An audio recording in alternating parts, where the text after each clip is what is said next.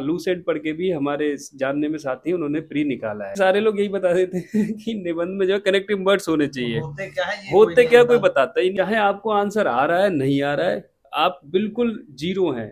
आप आज से लिखना शुरू करिए, जब से आप एक तारीख बना लीजिए कि मैं इस तारीख से डेली क्वेश्चन लिखूंगा। अब चाहे आपको नहीं आ रहा है, आप फॉर्मेट वही लिखेंगे। इंट्रो में चाहे आप कुछ भी लिख रहे हैं, फॉर्मेट आप वही लिखेंगे, हेडिंग वैसी डालेंगे उसी टॉपर की तरह। परफेक्ट आंसर तो हमारे अनुसार जिनकी डिप्टी कलेक्टर रैंक गिरती है वो भी नहीं लिख पाते होंगे, लेकिन कुछ कोचिंग जो है वो इतना सारा आपको मटेरियल दे देती है कि बच्चा कंफ्यूज होकर रह जाता है, वो उसके बोझ के तले दब जाता है। रिवीजन किसी भी एग्जाम को निकालने के लिए सबसे बड़ा एक की पॉइंट है। पीवाईक्यू ऐसे रट लेने चाहिए, इस तरह से याद कर लेने चाहिए कि अगर उनसे कोई सोते हुए से उठा के पूछ ले तो भी वो बता दे। कुछ लोग बिना शिरोरेखा के भी मेंस में लिख के आते हैं, पर हम शिरोरेखा सहित लिखते हैं। पहले हमने मेंस लिखा था तो पहले इंग्लिश मीडियम था, पीसीएस का, और इस बार हमारा हिंदी मीडियम था। दोस्तों आज हमारे साथ राजुल भारद्वाज सर हैं, जिनका यूपीपीएससी 2024 में सीटीओ की पोस्ट पर 31 रैंक के साथ सिलेक्शन हुआ है। तो आज की इस वीडियो में इनकी जर्नी के बारे में जानेंगे, किस तरीके से इनकी तैयारी रही, यूपीएससी और पीसीएस के अटेम्प्ट्स वगैरह जानने वाले हैं, और क्या इन्होंने सोर्स फॉलो किया था प्रीलिम्स और मेंस के एग्जाम के लिए। बस आप लोग वीडियो में तक बने रहिएगा। चैनल पर पहली बार है, चैनल को सब्सक्राइब जरूर कर लीजिएगा। सर हमारे व्यूअर्स जो वीडियो देख रहे हैं, हमारी तरफ से आपको बहुत बहुत बधाई। बहुत बहुत धन्यवाद आपको भी, व्यूअर्स को भी, और जो आपने हमें ये मंच प्रदान किया, बहुत अच्छा लगा। सर आपका एजुकेशनल बैकग्राउंड जानना चाहें, क्या पढ़ाई आपकी? जी, हम जो है हिंदी माध्यम से हमने 12th तक की अपनी पढ़ाई की है। उसके बाद हमने बीटेक किया हुआ है, और बीटेक के अलावा हमारे पास एमए भी है, और ये एमए तक की हमारी पढ़ाई है। सिविल सर्विसेज की तैयारी आपने कब से स्टार्ट की? सिविल सर्विसेज की तैयारी हमने 2017 में स्टार्ट की थी, और उसमें हम उस समय यूपीएससी की तैयारी करते थे। तो हमने दिल्ली में श्री राम साईएस है, वहाँ से कोचिंग की थी, और उसी के साथ साथ पीसीएस के भी हम अटेम्प्ट्स दे रहे थे। और लगभग पिछले 3-4 साल से हम पीसीएस की तरफ ही पूरी तरह से फोकस थे, उसी की तरह। आपको लग गए पीसीएस की एग्जाम में? पीसीएस में लगभग 6-7 अटेम्प्ट हमारे लग गए, और लगभग उतने ही यूपीएससी में भी हमारे हो गए। परंतु यूपीएससी में तो नहीं हो पाया कुछ, अभी भी एक अटेम्प्ट बाकी है, और पीसीएस में 6-7 अटेम्प्ट हो गए। मीडियम क्या रहा आपका? मीडियम हमारा, पहले हमने मेंस लिखा था तो पहले इंग्लिश मीडियम था, पीसीएस का, और इस बार हमारा हिंदी मीडियम था, और हिंदी मीडियम में हमारा सिलेक्शन हुआ। अच्छा, ऐसा क्या रहा कि आपने इंग्लिश की बजाय हिंदी चूज किया? लोग तो जो है सिविल सर्विसेज की तैयारी करते हैं, वो सोचते हैं इंग्लिश मीडियम में करेंगे, हो सकता है हमारे चांसेस ज्यादा बन जाए। हमारा ऐसा मानना है सर कि जैसे यूपी पीसीएस में संभावना ये है कि हिंदी और इंग्लिश का मीडियम का उतना प्रभाव नहीं पड़ता है, और हिंदी मीडियम से बहुत अच्छे सिलेक्शन होते हैं। इंग्लिश में ये था कि हमें लगा शायद हम अपनी बात को उतने अच्छे से प्रेजेंट नहीं कर पा रहे थे, इसलिए हमने अपना मीडियम जो है वो हिंदी मीडियम कर लिया था, और उसी से ही हमने लिखा है इस बार का 24 वाला मेंस। पीसीएस में यूपीएससी की अपेक्षा आसान होता है अगर आप हिंदी में लिख रहे बिल्कुल ऐसा हमारा मानना है, क्योंकि हम हिंदी मीडियम के अभ्यर्थी हैं, और हमारे सारे जितने भी हिंदी मीडियम वाले जो व्यूअर्स हैं उनके लिए हम भाई उनके लिए एक रिलैक्स वाली न्यूज़ दे रहे हैं कि हाँ भैया हिंदी मीडियम में हो जाता है और बहुत अच्छा रहता है, आप उसी से करिए हैं। तैयारी। अच्छा, आपको तो दोनों मीडियम का अनुभव है, आपको क्या लगता है कि लिखने में या फिर पढ़ने के समय जो है क्या इंग्लिश मीडियम में कठिनाई होती है या फिर हिंदी मीडियम में? देखिए सर, हम तो कहेंगे ये हमारा अपना पर्सनल मत है, तो कोई भी इससे ना ऑफेंड हो ना ही कुछ। इंग्लिश लिखते समय संभावना ये रहती है कि इंग्लिश लिखना थोड़ा इजी पड़ जाता है, उसमें हाँ स्पीड बन जाती है, पेन उतना उठाना नहीं पड़ता। जबकि हिंदी जब हम लिखते हैं तो हमें शिरो रेखा जो होती है ऊपर की लाइन, उसे खींचने के लिए पेन उठाना पड़ता है। कुछ लोग बिना शिरो रेखा के भी मेंस में लिख के आते हैं, पर हम शिरो रेखा सहित लिखते हैं, तो हमें पेन काफी उठाना पड़ा। इंग्लिश में जब हम लिखते थे तो नहीं उठाना पड़ता, उसमें स्पीड अच्छी बन जाती है। प्रभाव आपको क्या लगता है अगर सिरो रेखा लगाते हैं या फिर नहीं लगाते हैं तो? हमारे अनुसार हमारा व्यक्तिगत मत है कि शिरो रेखा लगा देनी चाहिए, और वैसे कई सारे अभ्यर्थी जिन्हें हम जानते हैं वो नहीं लगाते हैं, और वो 1-2 लोग सिलेक्ट भी हुए हैं उनमें से।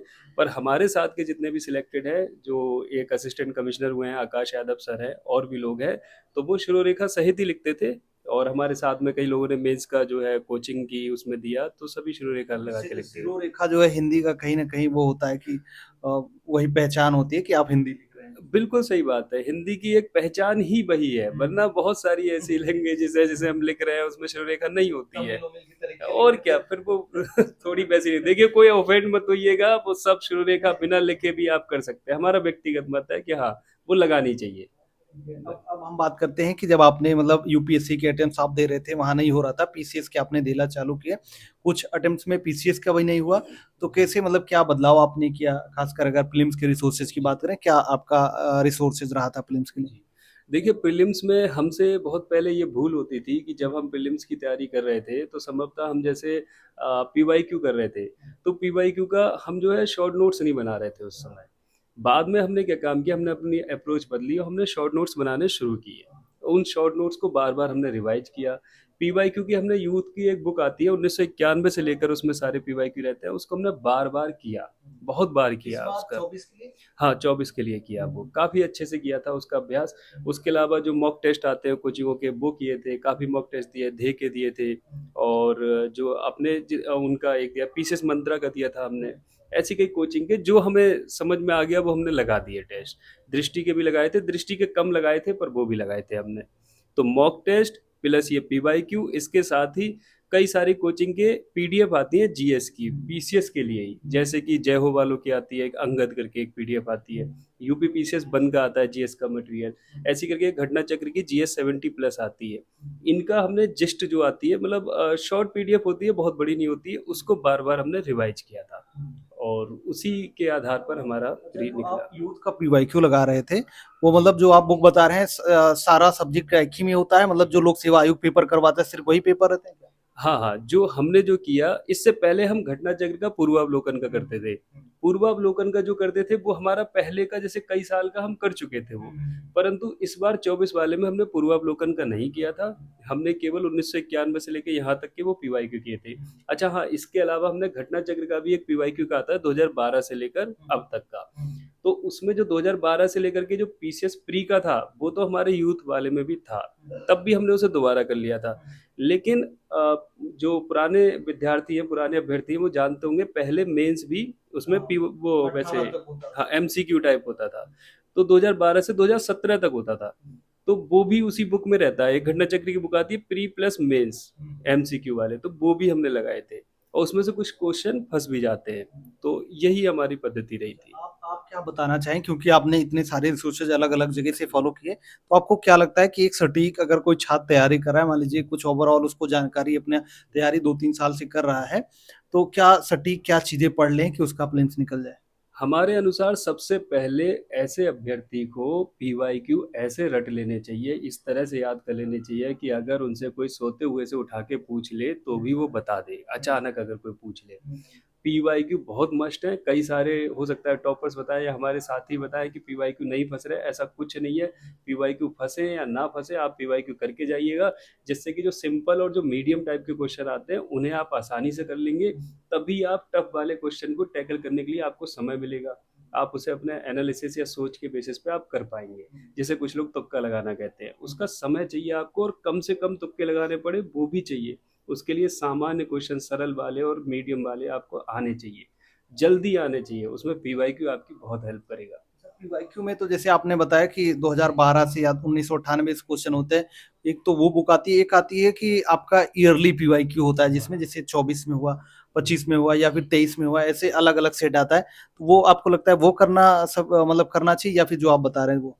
नहीं, पीवाईक्यू आप चाहें आप किसी के भी कर सकते हैं। आप अगर कोई कर सकता है, जैसे अभी बहुत टाइम है, अभी अगला प्री जो है 6 दिसंबर को होना है, तो अभी जिनके पास टाइम है वो पूर्वावलोकन से भी कर सकते हैं। उनकी रणनीति बिल्कुल गलत नहीं है।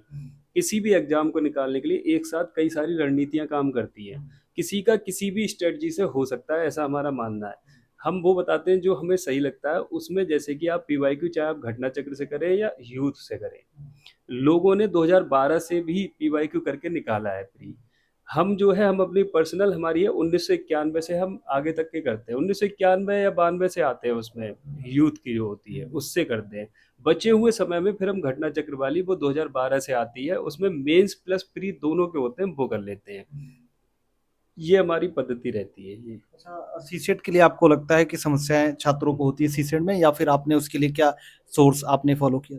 सी साइड के लिए हमें विशेष उतनी समस्या नहीं हुई, क्योंकि हमारा थोड़ा बीटेक का बैकग्राउंड भी है और हिंदी वगैरह हमारी ठीक है। मेंस के लिए भी हम पढ़ते हैं, फिर आर ओ में भी हमने पढ़ी थी, तो हिंदी उसमें जो पोर्शन आता है वो वहाँ से हो जाती है। कम्युनिकेशन एक थोड़ा सा हिस्सा है, जैसे हम एग्जाम से पहले एक आध कोई वीडियो यूट्यूब की लगा लेते हैं, उससे वहां से हम कवर कर लेते हैं। तो सी सेट के लिए पर्टिकुलर हमने कोई पढ़ाई नहीं की, तो उसके पीवाईक्यू से अगर हो जाए तो किया जा सकता हाँ है पीवाईक्यू हाँ हमने करे भी हैं और कराए भी हैं। दरअसल हम एक ग्रुप अपना चलाते हैं, भारद्वाज पीसीएस नाम का निःशुल्क ग्रुप है, उस पर कोई फीस वगैरह कुछ नहीं है। तो जितने भी हमने जो सोर्सेज के नाम लिए बहुत सारे, ये सब सोर्सेज को कंपाइल करके हम ही वहाँ पर खुद पढ़ाते हैं, और उससे काफ़ी लोगों को लाभ भी मिला। कई लोग इस बार हमारे 50-55 लोग लगभग पीसीएस 25 का मेंस दे रहे हैं, उनका प्री भी निकला, जिनका कई कई साल से रुका हुआ था। तो ये सारे काम हम वहाँ पर करते हैं। इससे क्या होता है, एक साथ में हम बार बार चीज़ों को रिवाइज करते हैं। रिवीजन किसी भी एग्जाम को निकालने के लिए सबसे बड़ा एक की पॉइंट है, जिसे कहते हैं मास्टर की। तो अगर हम बार बार रिवाइज कर रहे हैं तो वो चीज़ें हो जाती हैं। तो हमारी पद्धति वही रही, पीवाईक्यू प्लस जो है करंट अफेयर के लिए थोड़ा हम जैसे साथ साथ हम कभी स्पीडी या क्रॉनिकल हो गई, वो केवल हल्का हल्का पढ़ते रहे। और जैसे ही लास्ट पेपर आया उस समय एक आई दृष्टि आती है, उस वो और उसके साथ घटना सार आती है 6 महीने वाली, इन दो को बढ़िया से कर लिया। पूरी ये कभी नहीं होती, हम बता दें अपना पर्सनल, ये पूरी नहीं कर पाते। कोई कोई कह रहा है तो संभवतः वो झूठ बोल रहे होंगे, या वो भैया बहुत इंटेलेक्चुअल होंगे। पूरी हमारी तो कभी हुई नहीं, मतलब ये आई दृष्टि पूरी नहीं पढ़ पाए। पूरी हम तो पढ़ नहीं पाए अब तक। हमने इतने अटेम्प्ट दिए, हम कभी पूरी नहीं पढ़ पाया उसे, और ना ही वो घटना सार भी पूरी पढ़ पाए। बस ये है कि मेजर मेजर पढ़ना होता है। जब आप फंस जाए, आपको क्या करना है, सबसे पहले उनका वन लाइनर हर हर हालत में, हाँ जो स्टार्टिंग दोनों बुक का वन लाइनर तो आपको पढ़ के जाना है। कई क्वेश्चन सिर्फ वहीं से फंस जाते हैं, कुछ पेज का होता है दोनों में। उसके बाद में फिर नेशनल इंटरनेशनल इवेंट होते हैं, उसमें मेजर मेजर जो आपको लगे काम का वो कर लेना होता है। समय हो तो पूरा करिए, हम तो कह रहे पूरी करिए, पर वो असंभव सा होता है काम। एग्जाम से लगभग 15-15 दिन के आसपास पहले ही दोनों मैगजीन आती है, तो शायद 15 दिन के बीच में आपको अपने और भी सब्जेक्ट रिवाइज करने होते हैं, ये भी पढ़ना होता है। बिल्कुल बिल्कुल, तो वो पूरा करने का समय होता नहीं है। तो अब हम एक बार में थोड़ा समअप कर देते हैं कि हमारा क्या रहा कि हम पीवाईक्यू किए। पीवाईक्यू हमने सबसे नंबर 1 प्रायोरिटी पे रखा। पीवाईक्यू प्लस हमने जो जीएस की अलग अलग जो है पीडीएफ आती है।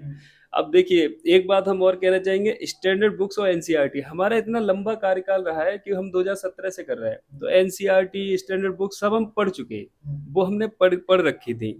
परंतु 2024 वाले जिसमें हमारा सिलेक्शन हुआ, उस समय हमने स्टैंडर्ड बुक्स नहीं फॉलो की थी, वो सब हम पहले कर चुके थे। तो हमने जो हमारा एक अलग फेज है। अगर कोई बिल्कुल नया बंदा हो जो स्टार्ट ही कर रहा हो, उसे एनसीईआरटी पढ़नी पड़ेगी।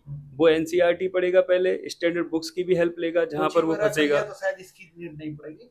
कोचिंग में यह है कि वो आपको एक गाइडेंस दे देते हैं कि किस तरफ आपको क्या पढ़ना है, वो भटकाव से बचाने का प्रयास करते हैं। लेकिन कुछ कोचिंग जो है वो इतना सारा आपको मटेरियल दे देती है कि बच्चा कंफ्यूज होकर रह जाता है, वो उसके बोझ के तले दब जाता है।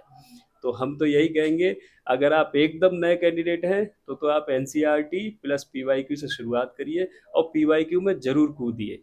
पीवाईक्यू वो क्या है, इतने सालों का आयोग का माइंडसेट है।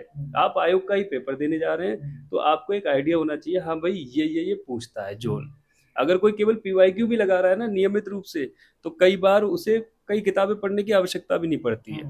पीवाईक्यू इतने इकट्ठे हो गए, सब उसी में रहता है। तो पीवाईक्यू जरूर करने हैं। अगर नए बंदे हैं तो एनसीईआरटी करिए, स्टैंडर्ड बुक्स आप पढ़ सकते हैं। अगर पुराने बंदे हैं जो 3-3 4-4 साल से लगे हुए हैं, या जो जिनके बेसिक्स ठीक हैं, तो वो लोग क्या करें, पीवाईक्यू फिर वही करेंगे, मॉक टेस्ट लगाते रहें। और साथ ही साथ ये जो कुछ कोचिंग संस्थान है जो ऑनलाइन चलते हैं, जैसे यूपी पीसीएस 1 है, ब्रण पीसीएस है और जय हो है, इनकी पीडीएफ आती है जीएस की, इनकी बुक्स आती हैं। उन्हीं को बार बार इनमें से किसी एक को उठा लीजिए। नाम हम बताएं, एक तो जय हो की अंगद आती है, ब्रण पीसीएस की जीएस आती है, इसके अलावा यूपी पीसीएस 1 की आती है, इसके अलावा एक घटना चक्र की जीएस 70+ करके आती है, और एक आती है महेश कुमार बंडवाल की एनसीईआरटी सार संग्रह करके। हाँ समरी रहती है। हिंदी में वो एक ही बुक है और इंग्लिश में शायद 2 अलग अलग बुक है, उसमें सारे सब्जेक्ट मिल जाएंगे। इनमें से किसी भी एक बुक को पूरा अच्छे से कवर कर जाइए, पूरा याद कर जाइए बढ़िया से, जितनी हो पाए। कभी कभी असंभव काम है, नहीं हो पाएगा, कुछ ना कुछ भूलेंगे, कोई बात नहीं। और ये करके फिर आपने उधर एमसी वो मॉक टेस्ट लगा लिए, इधर पीवाईक्यू कर लिया, इधर ये कर लिया, साथ ही करंट अफेयर का कुछ कर लिया, तो हो जाता है इससे। अच्छा, जो आप ग्रुप बता रहे थे टेलीग्राम पे चलता है? जी टेलीग्राम पे ग्रुप है, भारद्वाज पीसीएस करके है, और उसमें अभी वो प्राइवेट ग्रुप है, लगभग 2000 से अधिक मेंबर्स हैं उसमें इस समय। और जो कि आगे बढ़ सकते हैं। वो प्राइवेट है, अभी उससे केवल लिंक से ही जुड़ सकते हैं वो। लिंक हम डिस्क्रिप्शन बॉक्स में प्रोवाइड करा देंगे, कमेंट बॉक्स में दे देंगे, आप लोग वहां से जुड़ सकते हैं। बाकी अगर हम सर बात करें मेंस की, ओवरऑल आपको क्या लगता है मेंस की किस तरीके की रणनीति छात्रों को अपनानी चाहिए अगर पेपर लिख रहे हैं? बाकी हम पेपर लास्ट में पेपर 5 और 6 के लिए बात करेंगे। जी। देखिए, मेंस की अगर हम बात करें तो सबसे पहले जो भी अभ्यर्थी है, चाहे वो सीनियर हो या जूनियर हो, वो क्या करे कि वो सिलेबस जो है उसको निकालें, अपने सामने सिलेबस लगाएं, या जहां समझें अपनी कोई एक फाइल बना लें, उसमें रखें। और हम जो है थोड़ा सा और बताएंगे कि वो चाहे एक अलग अलग फाइल या अलग अलग कॉपी बना लें। हिंदी की अलग, एसए के अलग, जीएस 1 2 3 4 5 6 इनके अलग अलग एक फाइल बना लें, मिल की फाइल बना लें या फिर कॉपी बना लें। अब हर उसमें कॉपी में या फाइल में आपको क्या करना है, सिलेबस का प्रत्येक कीवर्ड उठाइए, प्रत्येक जो कुछ भी सिलेबस में लिखा है, इंग्लिश हिंदी दोनों के लिए हम कह रहे हैं, उसमें से आपके प्रत्येक टॉपिक पे 3-4 पॉइंट आपके तैयार होने चाहिए। ऐसे शॉर्ट नोट्स आप तैयार करिए, कम से कम पेज के शॉर्ट नोट्स रहें। एक तो ये बात, अगर आपके हर टॉपिक के 3-4 पॉइंट आप पे रेडी हैं, तो चाहे कैसा भी क्वेश्चन आ जाए, आप उसमें लिखने की क्षमता में होंगे। परफेक्ट आंसर तो हमारे अनुसार जिनकी डिप्टी कलेक्टर रैंक गिरती है वो भी नहीं लिख पाते होंगे। जहां तक ऐसा हो सकता है कि 20 के 20 क्वेश्चन के परफेक्ट आंसर लिखना संभव नहीं। सारे पेपर में, हाँ, क्योंकि बहुत बड़ी बात है वो, 8 पेपर देने हैं अलग अलग, और बहुत बड़ी बात है वो। तो हम क्या कर सकते हैं कि आप हर एक कीवर्ड, उसमें जितने भी कीवर्ड हैं उन पे 3-4 पॉइंट, आप 5 पॉइंट बना सकते हैं जो आपकी सुविधा हो। और हर एक GS1 GS2 GS3 4 5 6 सबका आप ये करेंगे। साथ ही साथ आप करंट से अपडेट करते चलेंगे जिन जिन में डिमांड है। जैसे GS3 और GS6 में बहुत डिमांड रहती है, तो उसके लिए आप अपडेट करते हुए चलेंगे। स्पेशली जैसे हम बात करें GS4 की, बात करें GS4 में कुछ की टर्म्स होती है, जैसे की टर्म्स नहीं, हम की पॉइंट्स कहेंगे। जैसे नोलन कमेटी है, नोलन कमेटी ने जितने प्रिंसिपल दिए वो आपकी जुबान पे ऐसी रटे हुए होने चाहिए। निज ईख बसने करके हमने ट्रिक बनाई थी, तो अलग अलग हैं ये, निस्वार्थता, जवाबदेही, और जो है नेतृत्व वगैरह, इस तरह करके अलग अलग हैं, सत्यनिष्ठा, ये सब। ठीक है, तो ये आपको रटा होना चाहिए। सेकंड ARC है, हम बात करते हैं सेकंड ARC की, सारी जो रिपोर्ट है उनमें से मेजर मेजर सबके नाम तक रटे हुए होने चाहिए। सत्यनिष्ठा है, सत्यनिष्ठा बोलते ही आपके मुंह से निकल पड़े, मनसा वाचा कर्मणा। तो ये सब चीजें, ये सब आपको जब रटी हुई होंगी, गांधी जी के 7 सिद्धांत जो थे, पाप सिद्धांत, 7 पाप सिद्धांत, वो सब, UNDP के 8 प्रिंसिपल सुशासन के, ऐसे पढ़ाई करिए कि बार बार रिवाइज करिए उसी चीज को, कि आपके लिए आम हो जाए। क्योंकि मेंस में हम अपने अनुभव से कह रहे हैं और अपने साथियों के अनुभव से कह रहे हैं, वहां पर बहुत तेजी से हमें पेन चलाना होता है, सोचने का उतना समय नहीं होता है, वरना आपका पेपर छूट जाएगा। तो ऐसे में हमें वही चीजें वहां पर एकदम से पेन से निकलती हैं जिन जो हमें अभ्यस्त होते हैं, जिसमें हम बहुत ज्यादा अभ्यास में होती है डेली। सोचने का समय नहीं, सोचने का उतना समय ही नहीं है, सोचेंगे तो फिर गई कहानी। एक बार को हिंदी और एसए के पेपर में आपको समय मिल जाएगा, वो थोड़ा इजी पड़ जाता है। लेकिन जैसे ही GS की प्रक्रिया शुरू होती है तो आपको बहुत ज़्यादा अभ्यास की आवश्यकता होती है। तो एक तो रहा ये सिलेबस वाला काम, इसके अलावा आप जाइए फिर PCS के सारे PYQ उठाइए 2018 से लेकर अब तक के, GS के जो भी पेपर्स हैं, हिंदी के भी, एसए के भी, सब। अब उनके आप शॉर्ट नोट्स बनाइए, एक पन्ने पे कम से कम आप 4-5 क्वेश्चन एक पन्ने पे आप करेंगे। 4-5 क्वेश्चन एक ही पन्ने, बीच में लाइन खींचिए लंबी सी, उसी पे 4 क्वेश्चन तो कम से कम होने चाहिए, छोटा छोटा उसमें लिख लीजिए, कीवर्ड टाइप लिखिए जो आपको समझ में आ जाए। ऐसा करेंगे तो आपका GS1 जैसे पेपर है, उसमें 2018 से लेकर 2025 तक के जब आप मेंस के पेपर करेंगे, तो आपको, हमें लग रहा है अगर आपने 20 से 25 पेज के भी अगर बना लिए, तो आपका जो है वो पेपर एक तरह से पूरी तरह तैयार हो जाएगा। आप ये करके देखिएगा, बहुत मेहनत का काम है, लेकिन अगर आपने कोई भी एक पेपर के PYQ ऐसे कर लिए, तो समझिए आपको ये लगेगा कि आपका आसान हो गया, वो पेपर आपको आ गया। उसमें कई बार सिलेबस में जो चीज़ें छूट जाती हैं वो आपकी वहाँ से कवर हो जाएंगी।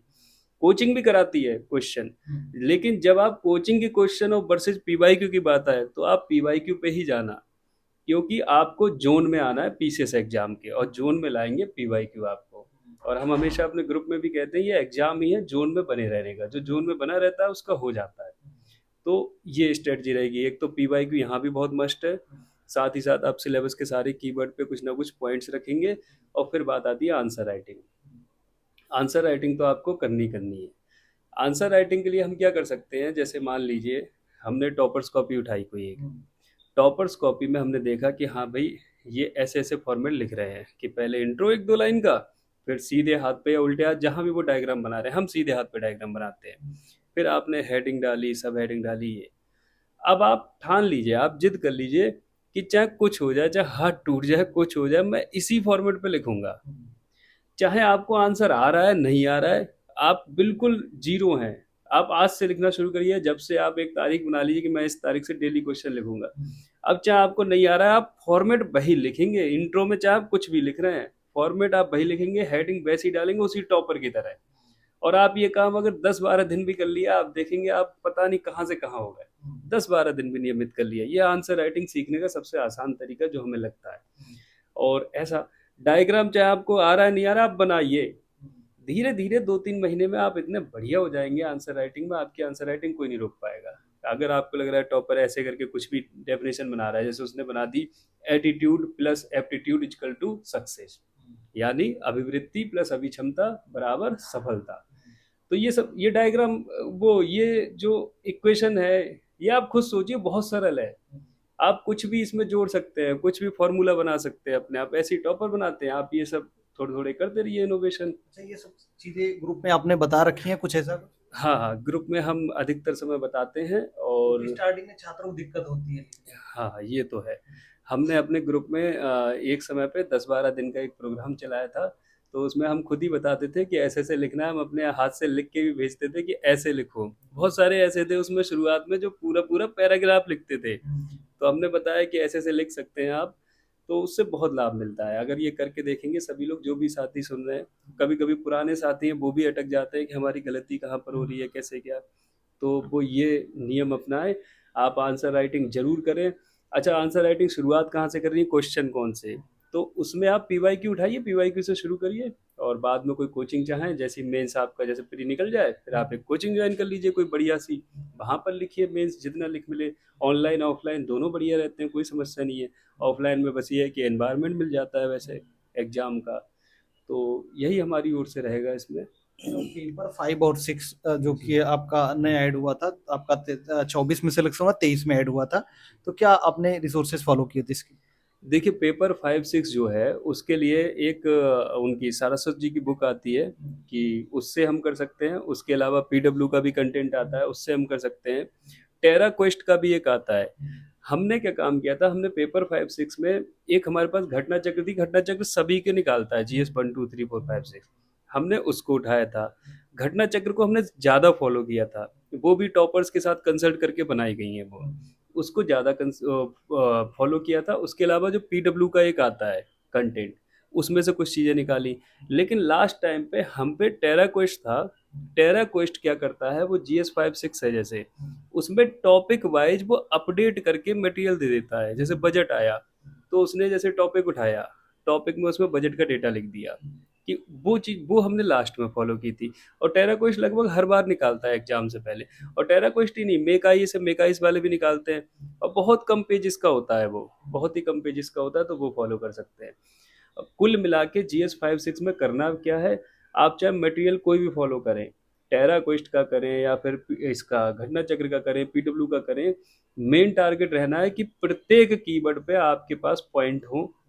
GS 5 में, GS 6 में। साथ ही साथ जैसे यूपी का बजट आया, यूपी का इकोनॉमिक सर्वे आया, इससे पहले इस बार इकोनॉमिक सर्वे आ गया, इससे पहले उत्कर्ष के 8 वर्ष रिपोर्ट थी वो। इन सब से आप डेटा याद करिए, NCRB का डेटा याद करिए, उत्तर प्रदेश का डेटा, तो NFHS 5 का डेटा याद करिए, यूपी का GS 5-6 में। इन सबको कोट करिए ज़्यादा से ज़्यादा। अगर हम स्वास्थ्य की बात करें तो आपको पता होना चाहिए कि हमारे यहाँ पर यूपी में डॉक्टर का रेशियो कितना है, हॉस्पिटल की क्या कंडीशन है, बेड्स की क्या कंडीशन है, ये वाला सब मतलब हमें करना चाहिए। WHO क्या कहता है, हमारे यहाँ पर कितना है, डॉक्टर पेशेंट रेशियो हो गया, या डॉक्टर जो जो पीपल है उनका रेशियो हो गया। ये सारी चीज़ें अगर हम करें, शिक्षा की बात कर रहे हैं तो हमें उसका डेटा होना चाहिए। सारी चीज़ें अगर हम होंगे तो मतलब GS 5-6 हो जाता है। पॉलिसी जो है यूपी की, वो सारी पॉलिसी तैयार आपकी होनी चाहिए। उसके लिए घटना चक्र की एक बुक आती है अलग से, उसमें सारी पॉलिसीज होती हैं, वहाँ से हम कर सकते हैं। तो यही। ऐसे के लिए कुछ किया था? ऐसे के लिए हमने क्या काम किया, हमने पुराने जितने भी ऐसे के टॉपिक्स थे उनको पहले तो एक पेज पे बहुत छोटा छोटा लिख लिया, सारे सेक्शन बाय, जैसे सेक्शन ए में जितने आते हैं, जितने आए सब लिख लिया। उस पेज को हम हमेशा अपनी आंखों के सामने रखते थे। दृष्टि की एक बुक आती है निबंध प्लस हिंदी करके, उसका केवल हमने निबंध का पोर्शन पढ़ा था। वो बुक हमें ऐसा लगता है कि वो बुक अगर आप पढ़ रहे हैं, उसका पहला टॉपिक है जिसमें ऐसे के मतलब पहला जो निबंध का जो पोर्शन शुरू होता है, उसमें जो पहला चैप्टर है, उस पूरे पहले चैप्टर में निबंध का ही सब बताया है कि कैसे लिखना है, क्या करना है। अगर कोई वो पढ़ लेता है तो हमें लग रहा है किसी टॉपर की कोई आवश्यकता नहीं है, कहीं से कुछ भी शायद कोई प्रश्न बचेगा ही नहीं मन में, ऐसा हमें लगता है। लेकिन उसे बार बार पढ़ना पड़ जाएगा क्योंकि पढ़ते पढ़ते एंड तक हम भूल जाते हैं कि हमने सीखा क्या उसमें। वो बहुत बड़ा है वो, तो उसमें है। बाकी हमारे पास में कुछ हमने नोट्स बना लिए थे। निबंध का पूरा खेल जो चलता है वो चलता है कनेक्टिंग वर्ड्स पे। आप एक अच्छी सी कोट से शुरुआत करेंगे, हमने कुछ कोटेशन तैयार कर रखी थी पहले से। आप एंड है किसी कविता से एंड कर देंगे, वो भी हमने कविता एक दो तैयार कर रखी थी। बीच में होता है कनेक्टिंग वर्ड्स का। सब लोग कहते हैं कनेक्टिंग वर्ड्स बढ़िया डालना चाहिए, कि कनेक्टिंग वर्ड्स होने चाहिए, होना चाहिए, होना चाहिए। होना होता क्या है कनेक्टिंग वर्ड्स? वो होती है मेन बात।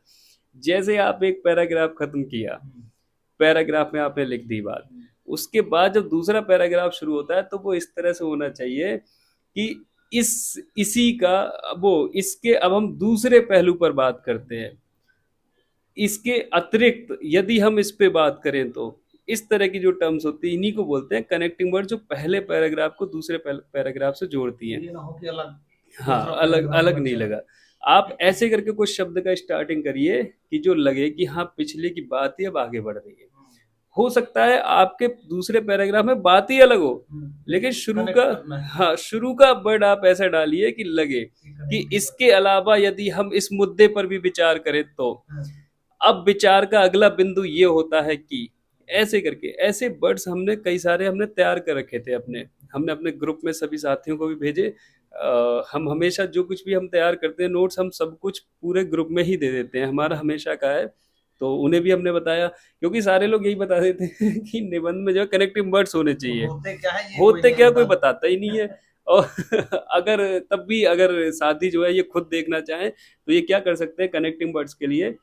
आप कोई भी संस्थान की वो उठाना निबंध की, जिन्होंने मॉडल निबंध दिए हो, आप दृष्टि की बुक उठाना और आप जरा चेक करना, आप थोड़ी सी आप चतुराई करना और आप देखना कि दृष्टि की हम बात कर रहे हैं, आप उनके हर ऐसे के हर एक पैराग्राफ को देखना अगले। हाँ, उसमें जो हम बोल रहे हैं यही शब्द मिलेंगे, बार बार ऐसी होंगे कि सिक्के का दूसरा पहलू ये है कि अब हम इस बात पर भी अगर दृष्टि डालें तो मतलब आप फिर समझ जाएंगे कि जो वहां पे जो मॉडल आंसर लिख रहे हैं वो भी यही तरीका अपना रहे हैं। और यही नहीं, आप जाइए आप एडिटोरियल पढ़िए बड़े बड़े, वो भी सब यही करते हैं।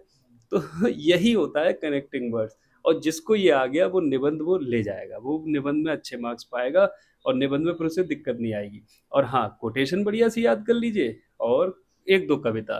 जैसे एक कविता है बहुत फेमस है हमारे ग्रुप में, हमारे एक साथी यहाँ बैठे भी हैं कैमरा के पीछे, तो वो मुस्कुरा रहे इस समय क्योंकि उन्हें भी याद आ गई। एक है कि हम निकल पड़े हैं प्रण करके, अपना तन मन अर्पण करके, जिद है एक सूर्य उगाना है, अंबर से ऊंचा जाना है, एक भारत नया बनाना है। इस कोटेशन को आप जहां चाहें, हमें लग रहा है ये सब में ही पड़ जाएगी। कोई भी अगर विषय पे कोई निबंध आ गया तो इसे आप लास्ट में प्रयोग कर सकते हैं। और ये कोटेशन पता है कहाँ की है? ये गवर्नमेंट का जो है अपने एक वो आया था ट्विटर पे कुछ, तो वहां पर लिखी हुई थी, साथ में जो मुख्यमंत्री जी हैं, प्रधानमंत्री जी, उनकी फोटो थी, साथ में लिखी हुई थी और ये लाइन बड़ी प्यारी है। तो ये सब में लगभग काम आ जाएगी। ठीक है तो सर, ये लास्ट में कोई और सजेशन आप देना चाहेंगे शॉर्ट में कुछ? जी, सजेशन हमारा ये रहेगा कि जैसे कुछ लोग बड़ी दिक्कत होती है शॉर्ट नोट्स कैसे क्या प्री प्लस मेज दोनों की, तो हम बस थोड़ा सा एक शॉर्टकट दे रहे हैं आपको। एक बात सोचनी है, जैसे हम प्री अगर तैयारी कर रहे हैं आप, तो आपके पास समय नहीं है, मान लीजिए कई सारे लोग जॉब में होंगे, कई जॉब में नहीं होंगे, उन्हें तब भी समय नहीं मिलता है, आपको शॉर्ट नोट्स जरूरत पड़ती है। क्यों ना आप जैसे मार्केट जाइए और जैसे महेश कुमार बंडवाल जी की एनसीईआरटी सार संग्रह खरीद लाइए। आप उसे ऐसे ट्रीट करिए ना कि आपने 100-200 रुपए दे के महेश कुमार बंडवाल जी से अपने नोट्स बनवाए हैं, शॉर्ट नोट्स मान के चलिए। उसको आप अपने नोट्स की तरह ट्रीट करिए कि आपने दूसरे से बनवाए क्योंकि आप पे समय नहीं था। अब आप जो कुछ भी नया सीख रहे हैं, मॉक टेस्ट से कुछ नया सीख रहे हैं, तो वो उसी बुक पे ही लिखिए, उस अपने नोट्स को और बढ़ाइए। ये सोच लेना महेश कुमार बंडवाल जी से अच्छा ये बात छूट गई तो हम चलो ऐड कर ले, वो आप अपने नोट्स की तरह ट्रीट करिए। आपको ज़्यादा मेहनत नहीं करनी पड़ेगी कि आप इधर से शॉर्ट नोट्स बना रहे हैं उधर से बना रहे हैं, आप बस बने बनाए नोट्स को अपग्रेड कर रहे हैं। मन को समझा लेना कि ये आपके ही नोट्स हैं, वरना फिर आप भटकते रहेंगे। एक बुक कोई भी उठाइए, या तो घटना चक्र की कोई जीएस की ले आइए, या महेश कुमार बंडवाल, या लूसेंट लाइए। लूसेंट भी बहुत अच्छी है, लूसेंट थोड़ी हैवी पड़ जाती है, पर हाँ लूसेंट पढ़ के भी हमारे जानने में साथी उन्होंने प्री निकाला है पीसीएस का। पर हाँ हम तो यही सलाह देंगे, महेश कुमार बंडवाल की एनसीईआरटी सार संग्रह उसे जाइए मार्केट से ले आइए और समझ लीजिए आपके अपने नोट्स है वो करिए। और ऐसी इमेज में शॉर्ट नोट्स आप बनाएंगे तो वही है, हम यही सलाह देंगे, नोट्स जो शॉर्ट नोट्स होंगे पीवाईक्यू के वो 15 से 20 पेज या बहुत ज़्यादा 25 पेज, इससे ज़्यादा बिल्कुल मत रखना, वरना आप ऊब जाएंगे।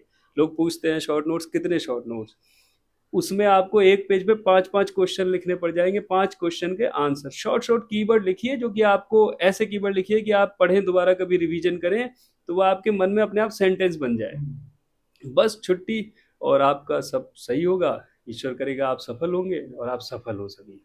ठीक है सर, आपका बहुत बहुत धन्यवाद इतना कीमती समय देने के लिए और बहुत ही बेहतरीन जानकारी प्रोवाइड कराने के लिए।